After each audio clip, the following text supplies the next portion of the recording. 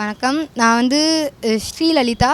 இங்கே வந்து 24வது நாளாக நீட் எதிர்ப்பு போராட்டம் வந்து நடந்துகிட்ருக்கு. பேன் நீட் அப்படின்னு சொல்லிட்டு நான் வந்து அதில் வந்து முதல்ல இருந்தே கலந்துகிட்ருக்கேன். இங்கே வந்து நான் கலந்துக்கும் போது நான் வந்து ஆரம்பத்துலேருந்தே நீட் வேணாம் அப்படின்ற ஒரு முடிவில் தான் இருந்தேன். அது வந்து நார்மலாக எனக்கு வெளியிலேருந்து பார்க்கும்போதே நீட் வேணாம் அப்படின்ற ஒரு விஷயந்தான். இப்போ நான் இது உள்ளே வந்ததுக்கப்புறம் எனக்கு இன்னமும் நீட்டை பற்றி நிறைய தெரிய ஆரம்பிச்சிருக்கு. நீட்டில் வந்து எவ்வளோ பெரிய ஸ்கேம் நடக்குது, நீட்டை வந்து எப்படி மாற்றிட்டாங்க, அது வந்து ஒரு என்ட்ரன்ஸ் எக்ஸாம்னு சொல்கிறாங்க, பட் அது வந்து என்ட்ரன்ஸ் எக்ஸாமே கிடையாது அப்படின்றது வந்து இங்கே வந்ததுக்கப்புறம் எனக்கு நிறைய புரிய வந்தது. அந்த நீட் வந்து எப்படி சாதாரண மக்களோட படிக்கிற ஸ்டூடெண்ட்ஸ் மீன் ரொம்ப ஏழப்பட்ட மக்களோட அந்த ஸ்டூடெண்ட்ஸோட வாழ்க்கையை வந்து எப்படி வந்து மாற்றுது, அவங்களோட அந்த மெடிக்கல் கனவை வந்து எப்படி வந்து அழிக்குது அப்படின்றதெல்லாம் இங்கே வந்ததுக்கப்புறம் இன்னுமே நிறைய தெரிஞ்சிகிட்டு இருக்கேன். பேன் நீட் ஒரே வார்த்தை, அவ்வளோதான். பேன் நீட். இதை வந்து எக்ஸ்பிளைன் பண்ணணும்லாம் கிடையாது சார். இது வந்து இதில் வந்து ஸ்கேம் இருக்குன்றது நமக்கு ஏற்கனவே தெரிஞ்சிருச்சு. இதை நம்ம எக்ஸ்பிளைன் பண்ணி தான் சொல்லணுன்றதுலாம் கிடையாது. நமக்கே இவ்வளோ தெரிய வருது. இப்போ நான் வந்து இங்கே வந்திருக்கேன். இது வரத்துக்கு முன்னாடியே நீட்டில் வந்து தப்பு இருக்குன்றது எனக்கு தெரிஞ்சிருச்சு. இதுக்கு மேலே அப்போ அங்கே இருக்கிற அந்த ஹையர் பொசிஷனில் இருக்கவங்களுக்குலாம் எப்படி தெரியும் என்னென்ன இது நடக்குதுன்னு? அப்போ அவங்களுக்கு வந்து நம்ம எக்ஸ்பிளைன் பண்ணணும்னு அவசியம் இல்லை. நீங்கள் வந்து உங்களுக்கே தெரிஞ்சிருமே. ஸோ எக்ஸ்பிளைன் பண்ண அவசியம் இல்லை. நீட்டை பேன் பண்ணணும், அவ்வளோதான். அது வந்து நான் எப்படி சொல்கிறது, நம்ம நார்மல் இதுதான் அரசியல்னு சொல்லுவாங்க பார்த்தீங்களா, அரசியல் இப்படி தான் நடக்கும்னு. இங்கே அரசியல் அப்படி மாறிடுச்சு, நம்ம ஒன்றும் பண்ண முடியாது. அரசியல் அப்படி மாற்றிட்டாங்க. தமிழ்நாட்டிலையும் சரி இந்தியாவிலையும் சரி அரசியல் அப்படி மாற்றிட்டாங்க. அரசியல்ன்ற வேறு, நம்ம வந்து படிச்சுட்டு வந்த அரசியல் வேறு, இங்கே இருக்கிற அரசியல் வேறு. அதை சொன்னால் வந்து அக்செப்ட் பண்ணிக்க மாட்டாங்க. நம்ம என்ன பண்ணுறது? நம்ம படிச்சுட்டு வரும்போதே தெரியும் அரசியல்னால் நம்ம வந்து democracy for the people, of the people, by the பீப்புள்லாம் படிச்சுட்டு தான் வந்தோம். கான்ஸ்டியூஷன்னா என்னென்னு படிச்சுட்டு வந்தோம், எல்லாமே படிச்சுட்டு வந்திருக்கோம். நமக்கு தெரியுது அரசியல் என்னென்னு. அப்படி இருந்து இதை பார்க்கும் போது நம்ம எதுவுமே பண்ண முடியல அப்படின்ற ஒரு விஷயம் கோவம் வந்து எல்லா யங்ஸ்டர்ஸ் மத்தியிலும் இருக்குது. நம்மளால் எதுவுமே பண்ண முடியலையே அப்படின்ற ஒரு விஷயம். அது அரசியல் சார்ந்து போகணுன்னா நம்ம ஒன்றும் சொல்ல முடியாது. இதை பற்றி பேச வேணாம். நான் என்ன கேட்டேன்னா, இப்போ வந்து நான் வந்து 12ஆவதுல 11ஆவதுல 10ஆவதுலேயே எனக்கு வந்து நான் என்ன எடுக்க போகிறேன்றது எனக்கு தெரிஞ்சிருச்சு. எல்லா மாணவர்களுக்கும் அது தெரியுமான்றது டவுட் தான். எல்லா மாணவருக்கும் நான் வந்து 12ஆவதுல வந்து இது எடுக்க போகிறேன். 12th அவங்க எக்ஸாம் முடிக்கிற வரையுமே அவங்க அடுத்து காலேஜ் என்ன செய்ய போகிறாங்கன்றதே அவங்களுக்கு ஐடியா இல்லை. நிறைய மாணவர்கள் அப்படி இருக்காங்க. அப்படி இருக்கும்போது அவங்களுக்கு நீ ஃபஸ்ட்டு 11th வந்து நீங்கள் மெடிக்கல் இது கொடுக்கறது பிரயோஜனமே கிடையாது. ஒருவேளை அவனுக்கு வந்து ஆர்ட்லேயோ இல்லை வேறு ஏதாவது ஆர்ட்ஸ்லேயோ காமர்ஸ்லேயோ வேறு ஏதாவது ஒரு டிபார்ட்மெண்ட்டில் அவனுக்கு இன்ட்ரெஸ்ட் இருந்ததுன்னா நீங்கள் 11th கொடுக்குற கோச்சிங் வேஸ்ட். அவன் அந்த டைமை வேறு எதுலையாவது அவன் இது பண்ணுவான். நீங்கள் 11th கொடுக்கணும்னு அவசியமே கிடையாது. இது வந்து வேஸ்ட் ஆஃப் டைம். நீட் கண்டிப்பாக பேன் தான். வணக்கம், என்னோடய பேர் பிரவீனா. நான் ஓஜி தமிழால் 24வது நாளுடைய நீட் பேன் அப்படின்ற போராட்டத்திலிருந்து பேசுகிறேன். நான் வந்து 2024 அதாவது 2025 என்னோடய ஃபர்ஸ்ட் அட்டெம்ப்ட் நான் நீட் எழுதினேன். ஃபர்ஸ்ட் டைம் எழுதும்போது நான் அப்போ நான் 12th ஸ்டாண்டர்ட் படிச்சுட்டு இருந்தேன். 12th படிச்சுட்டு இருக்கும் போது நான் செல்ஃபாக தான் ப்ரிப்பேர் பண்ணிவிட்டு நீட் எக்ஸாம் எழுதினேன். அப்படி இருக்கும்போது எனக்கு சரியாக மார்க் வரலை. நான் 1 இயர் ட்ராப் இயர் எடுத்து படிக்கலான்னு முடிவு பண்ணி இப்போ இந்த வருஷம் 2026 நான் ஃபர்ஸ்ட் அட்டெம்ப்ட் எழுதும்போது எனக்கு வந்த மார்க் வந்து 439 அண்ட் செகண்ட் தடவை நான் எழுதும்போது என்னோடய மார்க் 330. இந்த மார்க்குக்கு கண்டிப்பாக நீட் கிடைக்க வாய்ப்பில்லை. ஸோ நான் அகெயின் நெக்ஸ்ட் இயர் ட்ரை பண்ண தான் போகிறேன். பட் என்ன கேட்டால் நீட் வேணுமான்னு கேட்டால் நீட் ஃபேராக இருக்க பட்சத்தில் ஓகே, பட் ஆனால் அது ஃபேராக நடக்கலைங்கிற பட்சத்தில் எனக்கு நீட் வேண்டாம். பிகாஸ் நான் 12th படிக்கும் போதே நீட் எக்ஸாம் இல்லாமல் என்னோடய 12th மார்க் வச்சு என்னை மெடிக்கல் காலேஜ்க்கு போகிற மாதிரி இருந்தால் நான் என்னோடய ஃபோக்கஸாக ஒரேடியாக ஒரு விஷயத்தில் கவனம் செலுத்தியிருப்பேன். நான் 12th படிக்கும் போது நான் என்னோடய ஸ்கூலுக்காகவும் படித்தேன், நீட் எக்ஸாமுக்காகவும் படித்தேன். அப்படி இருக்கும்போது சிலபஸ் கிட்டத்தட்ட ஒரே மாதிரி தான். பட் ஆனால் நமக்கு ஒரு காம்படிட்டிவ் எக்ஸாமுக்கு படிக்கிறதுக்கும் பப்ளிக் எக்ஸாம் படிக்கிறதுக்கும் நிறைய டிஃப்ரென்ஸ் இருக்குது. அண்ட் நமக்கு அதை டீச் பண்ணுறவங்களும் அது டிஃப்ரெண்ட்டாக தான் டீச் பண்ணணும். எனக்கு டீச் பண்ணுறதுக்கு ஆள் இல்லை, நானே எடுத்து படிக்கிறேங்கிறது கூட எனக்கு ஓகே தான். பட் ஆனால் அது ஃபேராக நடக்கலைன்ற பட்சத்தில் எனக்கு கொஞ்சம் கஷ்டமாக இருக்குது. அது இல்லாமல் இருந்தால் நான் ஒரே விஷயத்தில் ஃபோக்கஸ் பண்ணி இந்நேரம் 12th நான் நல்ல மார்க் எடுத்திருப்பேன். இப்போ என்னோடய 12th மார்க் 82%. இப்போ நீட் இல்லை அப்படிங்கிற பட்சத்தில் நான் இன்னும் கான்சன்ட்ரேட் பண்ணியிருந்தா மேபி ஐ காட் 95 above. அப்படி இருக்கும்போது எனக்கு அது மெடிக்கல் காலேஜில் சேர அதுவே போதுமான பர்சன்டேஜாக இருந்திருக்கும். பட் நீட்டுன்னு ஒன்று இருக்கும்போது எனக்கு அது கோச்சிங் சென்டர் போய் ஆஃபர் பண்ணுற அளவுக்கு என்னால் முடியாது. அப்போ நான் அகைன் செல்ஃபாக தான் படிக்கணும். செல்ஃபாக படிக்கும் போது என்னால் அந்த மார்க் ஸ்கோர் பண்ண முடியலை. ஸோ நீட் வேண்டாம். ஆமாம், அப்படி நீட் எழுதுகிற மாதிரி இருந்தால் எங்களுக்கு எல்லாருக்குமே ஈக்குவலான கோச்சிங் கிடைக்கணும். இப்போ நான் ஆலன் லாக் அந்த மாதிரி கோச்சிங் சென்டரில் போய் படித்து தான் என்னால் மார்க் எடுக்க முடியும் அப்படின்னா அது என்னால் அங்கே அஃபோர்ட் பண்ண முடியாது. அப்போ நான் போய் எப்படி அதில் சேர்ந்து இப்போ நிறைய டிஃப்ரென்ஸ் இருக்குல்லையா, கோச்சிங் சென்டர் போய் படிக்கிற பசங்களுக்கும் என்ன மாதிரி செல்ஃபாக படிக்கிற பசங்களுக்கும் நிறைய டிஃப்ரென்ஸ் இருக்குன்றப்ப எங்களோட எக்ஸாம் மட்டும் எப்படி ஒன்றா எழுதி நாங்கள் மார்க்ஸ் ஸ்கோர் பண்ண முடியும்? அப்போ கோச்சிங் சென்டர் போகிற பசங்க மட்டும் தானே பாஸ் பண்ணுவாங்க. நமக்கு வந்து ஸ்கூல் படிக்கும் போது வே ஆஃப் டீச்சிங்கிறது வேறு. ஏன்னா நம்ம எழுதுறது ஒரு பப்ளிக் எக்ஸாம், அதில் நம்ம வந்து நிறைய ரிட்டன் எழுதுகிற மாதிரி இருக்கும். அதுக்கு டீச் பண்ணுற விதமே நமக்கு வேறு மாதிரி தான் ஸ்கூல்ஸில் டீச் பண்ணியிருப்பாங்க. ஆனால் ஒரு காம்படேட்டிவ் எக்ஸாம்னு வரும்போது நமக்கு வே ஆஃப் டீச்சிங்கே வேறு. அதை வந்து செல்ஃபாக படிக்கிற பசங்களால் அந்த பேட்டர்னை டக்குன்னு அடாப்ட் பண்ணிக்க முடியாது. அப்படி நம்ம ரிட்டனில் எழுதுறதுக்கும் ஒரு காம்படேட்டிவ் எக்ஸாமில் பபிள் பண்ணுறதுக்குமே நிறைய டிஃப்ரென்ஸ் இருக்குது. அதுக்கு நம்ம வேறு மாதிரி கோச்சிங் கொடுத்து நம்மளை வேறு மாதிரி ப்ரிப்பேர் பண்ண வேண்டியது இருக்கும். ஆக்சுவலி இப்போவே ஒரு சில கவர்மெண்ட் ஸ்கூலில் டீச் பண்ணுறாங்க தான், பட் ஆனால் அது ரொம்ப ப்ராப்பராக இல்லை. ஏன்னா எந்த ஒரு விஷயம் ஆரம்பிக்கிறதா இருந்தாலுமே ஆரம்பத்தில் அது கொஞ்சம் இதுவாக தான் இருக்கும். மேபி போக போக போக அது ஃபிக்ஸ் ஆகிடும். பட் இப்போ இது ஆரம்பத்தில் இருக்கும்போது அது அவ்வளோவா சரி இல்லை. நீட் எக்ஸாம் வேண்டாம், அதை பேன் பண்ணிவிடுங்க. 12th மார்க் வச்சே நாங்கள் பாஸ் பண்ணிக்கிறோம். அனைவருக்கும் வணக்கம். பேரரசன் ஓஜி தமிழா ஒருங்கிணைப்பாளர். தொடர்ந்து நீட்டை எதிர்த்து கிட்டத்தட்ட 24வது நாளாக இன்றைக்கி எங்கள் தொடர் காத்திருப்பு போராட்டம், உள்ளிருப்பு போராட்டம் தாயகம் வளாகத்தில் சின்ன எழும்பூரில் நடந்துகிட்ருக்கு.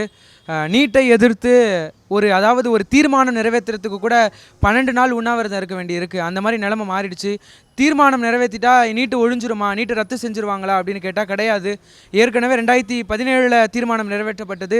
21 கடந்த அதிமுக ஆட்சியில் திமுக ஆட்சியில் தீர்மானங்கள் போட்டாங்க. அதெல்லாம் ஆளுநர்கிட்ட போச்சா அப்படின்னு கேட்டால் இன்னும் போல. ஆளுநர் போனாலும் அதில் கையெழுத்திட மாட்டுறாரு. ஆளுநருக்கு வெறும் 3 பொறுப்பு தான் இருக்குது. ஒன்று அதில் கையெழுத்திடணும், இல்லைனா அதை குடியரசுத் தலைவருக்கு அனுப்பணும், இல்லைனா இதில் என்ன பிரச்சனை இருக்குது அப்படின்னு சொல்லி திரும்பவும் சட்டப்பேரவையில் மசோதாவை நிறைவேற்ற ஏதாவது வலியுறுத்தணும். இது 3 வேலையை செய்ய மாட்டாரு ஆளுநர். நாங்கள் இதை வன்மையாக கண்டிக்கிறோம். தயவு செஞ்சு தீர்மானத்தை கையெழுத்து போடணும். அதுக்கான அழுத்தத்தை மாணவர்கள் நாங்கள் முன்னெடுத்து நாங்கள் செஞ்சிட்ருக்கிறோம். எங்களோட இலக்கு நீட் விலக்கு, அவ்வளோதான். நீட்டை மொத்தமாக விளக்குறது தான் எங்களோட ஒரே இலக்கு. நீட்டை முழுமையாக ரத்து செஞ்சால் தான் இந்த மாணவர்களோட எதிர்காலம் காப்பாற்றப்படும். இது திரும்பவும் சொல்கிறேன், இது நீட்டுக்கான போராட்டம் கிடையாது. இது ஒட்டுமொத்த மாநிலத்தோட கல்வி உரிமைக்கான போராட்டம். இன்றைக்கி நீட்டு கொண்டு வருவாங்க, நாளைக்கு கியூட்டு கொண்டு வருவாங்க, இன்றைக்கி விபிஎஸ்சின்ற மசோதா கொண்டு வந்திருக்கிறாங்க. இது மூலயமா தமிழ்நாடு அரசால் இயங்கப்படுற 21 பல்கலைக்கழகங்கள் இன்றைக்கி மத்திய அரசால் செயல்படுது. நம்ம வரி பணம் கட்டுறோம், நம்ம எல்லாத்தையும் செய்கிறோம். ஆனால் மொத்த அதிகாரமும் இன்றைக்கி மத்திய அரசு கிட்ட போகுது. இந்த மாதிரி மொத்த அதிகாரத்தையுமே மத்திய அரசு எடுத்துக்கும். இது மாநில உரிமை பிரச்சனை. அதனால் இது ஒரு மக்கள் போராட்டமாக மாறணும். நாங்கள் ஏன் போர்க்களத்துக்கு வரணும்? திரும்பவும் சொல்கிறேன், போராட்ட களம்ன்றது போர்க்களம் கிடையாது. போராட்டம் என்பது கொண்டாட்டம். இங்கே வாசிப்பு திறன் அளிக்கப்படுது. ஃபேர் நீட் அப்படின்னு சொல்லி உள்ளே வந்தவங்கெல்லாம் இன்றைக்கி பேன் நீட் அப்படின்னு புரிதலோடு வெளியே போகிறாங்க. இங்கே வாசிப்பு திறன் கொடுக்கப்படுது, கற்றல் கொடுக்கப்படுது, பல அறிஞர்கள் வந்து பேசுகிறாங்க. தொடர்ந்து இந்த மாதிரி நாங்கள் முன்னெடுப்பு எடுத்துகிட்ருக்கோம். மாணவர்கள் அரசியல் படுத்திகிட்ருக்கோம். இது மாணவர்களோட ஒத்துழைப்பு வேணும். இது என்றைக்கு மக்கள் போராட்டமாக மாறுதோ, எப்படி ஜல்லிக்கட்டு போராட்டமாக மாறுதோ, மாநில உரிமைக்கான போராட்டமாக மாறுதோ, அப்போ தான் நீட் தேர்வு ரத்து செய்யப்படும். அது வரைக்கும் நீட் தேர்வு ரத்து செய்யப்படாது. ஆமாம், திரும்ப கல்வியை வந்து கன்கரண்ட் லிஸ்ட், அதாவது இந்திய அரசியலமைப்பு சட்டப்படி ஒரு மாநிலத்தோட உரிமையை பாதுகாக்க மத்திய அரசும் மாநில அரசும் சேர்ந்து முடிவெடுக்கணும். முடிவெடுத்து திரும்ப அதை ஒத்திசைவு பட்டியல்னு சொல்கிற அந்த கன்கரண்ட் லிஸ்ட்டில் கல்வியை மாநில பட்டியலுக்கு கொண்டு வரணும். அதுதான் எங்களோட கோரிக்கையாகவும் இருக்குது. இல்லைங்க, நீட்டை ரத்து செஞ்சாலே அது கல்வி மாநில பட்டியலுக்கு கொண்டு வந்ததாக தான். நாங்கள் தேர்வு வச்சுருக்கோம். 12ஆம் வகுப்பு வரைக்கும் இருக்கிற தேர்வே எங்களுக்கு போதும். அது மூலயமாவே சிறந்த மருத்துவர்களை நாங்கள் தமிழ்நாடு அரசு உருவாக்க முடியும். அடுத்த நடவடிக்கை நாங்கள் எல்லா இடங்கள்லையும் போய் அரசியல் படுத்துவோம். எல்லா மாணவர்களும் இன்னும் அரசியல் படுத்துவோம். போராட்டத்தை நிறுத்த மாட்டோம். அதில் மட்டும் நாங்கள் உறுதியாக இருக்கிறோம். 24 கிடையாது, 240 நாள் ஆனாலும் சரி, 24,000 நாள் ஆனாலும் சரி, நீட்டை ரத்து செய்யும் வரை இந்த இடத்துலேருந்து ஓஜி தமிழா எழுந்துக்காது. இது தொடர்ந்து நாங்கள் களத்தில் தான் இருப்போம். அடுத்த நடவடிக்கையாக நாங்கள் எல்லா கல்லூரிகள்லேயும் போய் பிரச்சாரம் பண்ணுவோம், வீதி பிரச்சாரம் பண்ணுவோம். அதுக்கெல்லாம் அனுமதி வாங்கி நாங்கள் முறைப்படி நாங்கள் செய்வோம். இது ஆமாம், ஒன்று சேருவாங்கன்னு நினைக்கிறேன். ஏற்கனவே கோயம்பேடில் போராட்டங்கள் நடந்துச்சு. இப்போ அவங்களும் நேற்று எங்களுக்கு ஆதரவு தெரிவிச்சுட்டு தான் போனாங்க.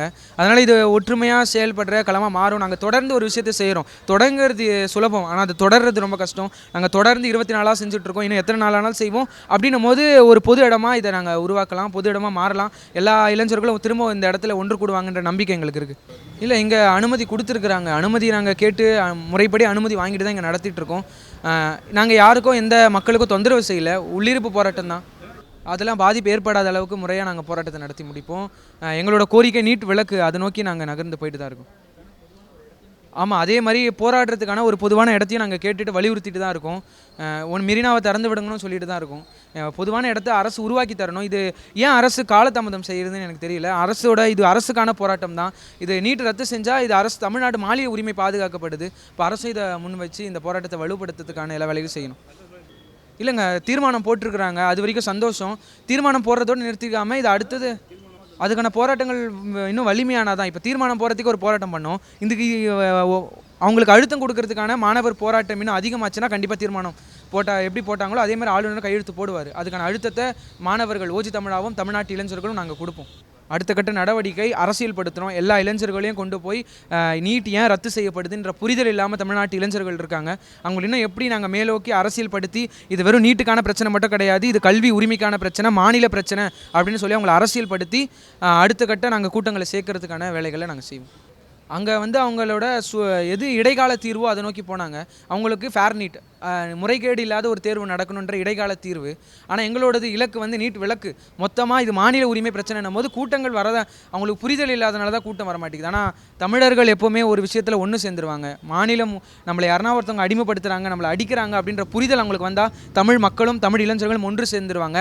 அந்த புரிதல் இல்லாமல் இருக்கிறாங்க. அந்த புரிதலை நாங்கள் படுத்துவோம். அவங்கள எந்த அளவுக்கு அரசியல்படுத்த முடியுமோ அந்தளவுக்கு அரசியல்படுத்தி நாங்கள் கூட்டங்களை சேர்ப்போம். ஆனால் ஒரு நாள் எங்கள் போராட்டம் வெல்லும். என் பேர் கருணா, ஓஜி தமிழா ஒருங்கிணைப்பு குழுவில் இருக்கேன். கடந்த 24 நாளாக இந்த போராட்டத்தை நாங்கள் நடத்திக்கிட்டு இருக்கோம். இந்த போராட்டம் வெவ்வேறு இடத்துல ஆரம்பித்து இன்றைக்கி இங்கே மையம் கொண்டிருக்கு. நீட் தேர்வை முழுமையாக ரத்து செய்யணுங்கிற கோரிக்கையை நாங்கள் முன் வச்சு, கல்வியை முழுமையாக மாநில பட்டியலுக்கு மாற்றணுங்கிற கோரிக்கையும் முன் வச்சு இந்த போராட்டத்தை நாங்கள் தொடர்ந்துக்கிட்டு இருக்கோம். இந்த போராட்டம் தமிழ்நாட்டில் வெவ்வேறு இடங்களில் போராட்டம் நடந்துச்சு. இந்த போராட்டம் 24 நாளாக இந்த கோரிக்கை எப்போ ஜந்தர் மந்தரில் இந்த போராட்டம் தொடங்குனுச்சோ அந்த நேரத்தில் நீட்டுக்கான கான்ஷியஸ்னஸ் தமிழ்நாட்டில் உருவாச்சு. அந்த கான்ஷியஸ்னஸை பயன்படுத்தி கடந்த 9 ஆண்டுகால போராட்டத்தை இந்த இடத்துல மையப்படுத்தி இந்த போராட்டத்தை நாங்கள் எடுத்துக்கிட்டு இருக்கோம். இந்த போராட்டத்தில் இலக்கு அடையுங்கிற நம்பிக்கை எங்களுக்கு இருக்குது. தொடர்ந்து போராடுவோம். அரசுக்கு எங்கள்கிட்டருந்து சில கோரிக்கைகளை நாங்கள் வடிவமைச்சிருக்கோம். எங்களுக்கு நீட் தேர்வை முழுமையாக ரத்து செய்யணும். அது இல்லாமல் கல்வியை முழுமையாக மாநில பட்டியலுக்கு மாற்றணும். அது இல்லாமல் இப்போ விபிஎஸ்ஏன்னு ஒரு மசோதா ஒன்று 2025 கொண்டு வந்திருக்காங்க.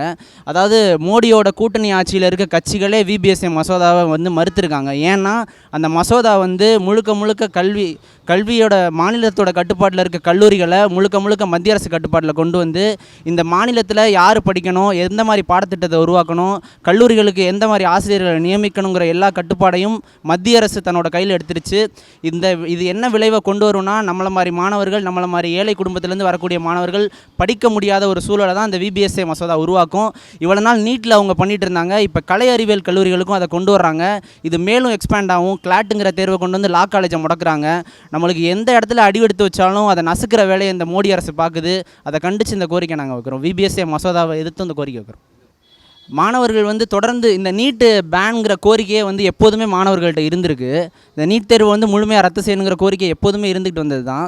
இப்போ என்னென்னா, இந்த டெல்லி போராட்டம் நடந்ததுக்கு பின்னாடி இந்தியா முழுக்க இருக்க மாணவர்கள் இந்த அரசுக்கு எதிராக 14 வருஷம் இவங்கள்ட்ட இருந்து அடிமைப்பட்டதுக்கு எதிராக கொந்தளிக்கிற நேரத்தில் இந்த கோரிக்கையும் இங்கே வலுப்பெற்றிருக்கு. மாணவர்கள் நிறையா பேர் இங்கே போயிட்டுருக்காங்க. தினசரி 100 மாணவர்கள்ட்ட போக தான் போயிட்டுருக்காங்க. இந்த இடத்துல வர்றது மட்டும் இல்லாமல் மேலும் தங்களோட நண்பர்களை அரசியல்படுத்தி இந்த இடத்துக்கு கூட்டிகிட்டு வரதை எங்களால் பார்க்க முடியுது. இந்த போராட்டம் விரிவடைங்கிறது தான் இந்த இடத்துல நாங்கள் சொல்லிக்கிறோம். இந்த நீட் போராட்டத்தை நம்ம எப்படி பார்க்கணுன்னா, இதுக்கு முன்னாடி ஜல்லிக்கட்டு போராட்டம் ஜல்லிக்கட்டு போராட்டத்துக்கான விலக்கு நம்ம வாங்கினோம். ஜல்லிக்கட்டு நடத்தலாங்கிற விலக்கு வாங்கினோம்ல. அந்த போராட்டம் எப்படி நம்ம வெற்றி அடைஞ்சோன்னா, முழுக்க அது மக்கள் மய போராட்டமாக என்றைக்கு மாறுனுச்சோ அன்றைக்கி தான் அந்த ஜல்லிக்கட்டு நடத்தலாங்கிற உரிமையை நம்ம வாங்கினோம். நமக்கு உடனே நம்ம போராட்டம் வலுப்பெற்ற உடனே சட்டம் ஏற்றி அந்த போராட்டத்தை நடத்துறதுக்கான உரிமை நம்ம வாங்கினோம்ல.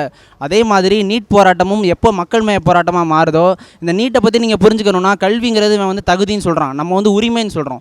இது உரிமைக்கான போராட்டம். நீ உரிமைனா ஒவ்வொரு இந்தந்த குடும்பம் தான் போராடணும், இந்தந்த கிளாஸை சேர்ந்த மக்கள் மட்டும்தான் போராடணுங்கிற அளவுகள் இங்கே கிடையாது.